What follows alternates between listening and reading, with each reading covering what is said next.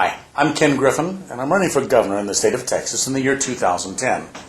Now, if you're looking at this video now and you don't live in Texas, probably the first thing you're going to say is, I don't live in Texas. Why do I care who's governor?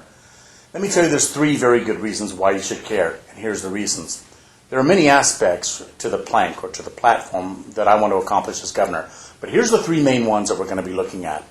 Number one, right here in Texas as governor, we're going to eliminate federal income taxes for all Texans. No more income taxes.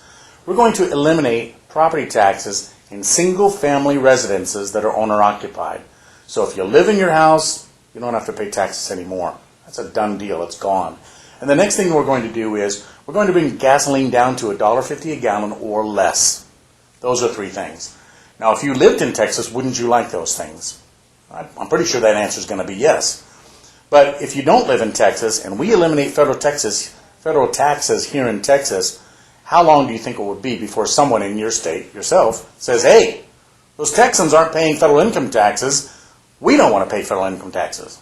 The fact of the matter is, it's not going to be possible for me to eliminate federal taxes in Texas unless I also do it throughout the United States, because we can't have that one way just here in Texas. So that's how it will benefit you.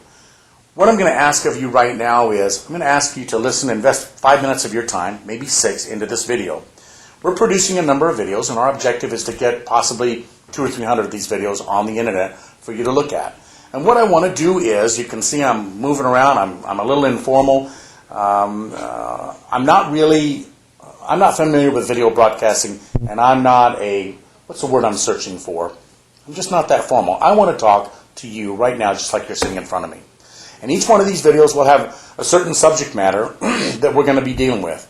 And right now, the subject matter for this particular video is the Federal Reserve. I want to talk just a couple of minutes to you about this and tell you why this is significant and how this affects your life today.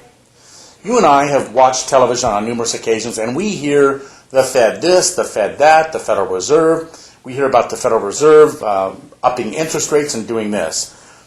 Despite maybe you can have the smallest amount of information, but you would still understand that the Federal Reserve has something to do with money. Let me give you a more specific interpretation that maybe you can relate to. Of course, the Federal Reserve is a bank, and it's a series of banks. And the idea is you're supposed to think that it's related to the federal government because of their name. It isn't. It has nothing to do with the federal government. The Federal Reserve is a private, for-profit company. And one of the things that the Federal Reserve does is that it issues money. In other words, your bank and my bank, whatever that may be, doesn't matter what the name of it is part of the Federal Reserve system. And if we go to our bank and we need some money and our bank starts to run out of it, they borrow it from the Federal Reserve. But where does the Federal Reserve get the bank or get the money? And remember, the Federal Reserve is a private company.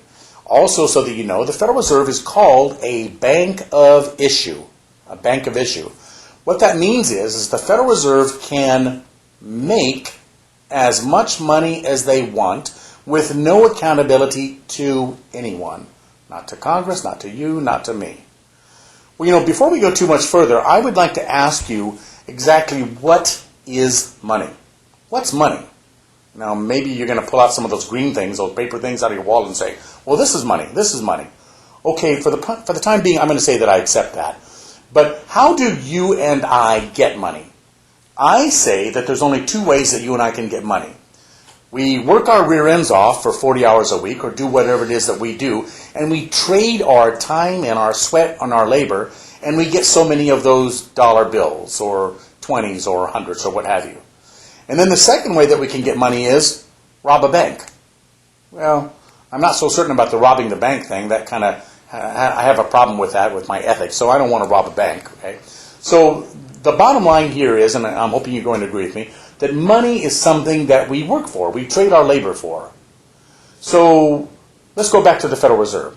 So if the Federal Reserve is going to loan a bank on down the line some money, where do they get that money? Have you ever thought about that?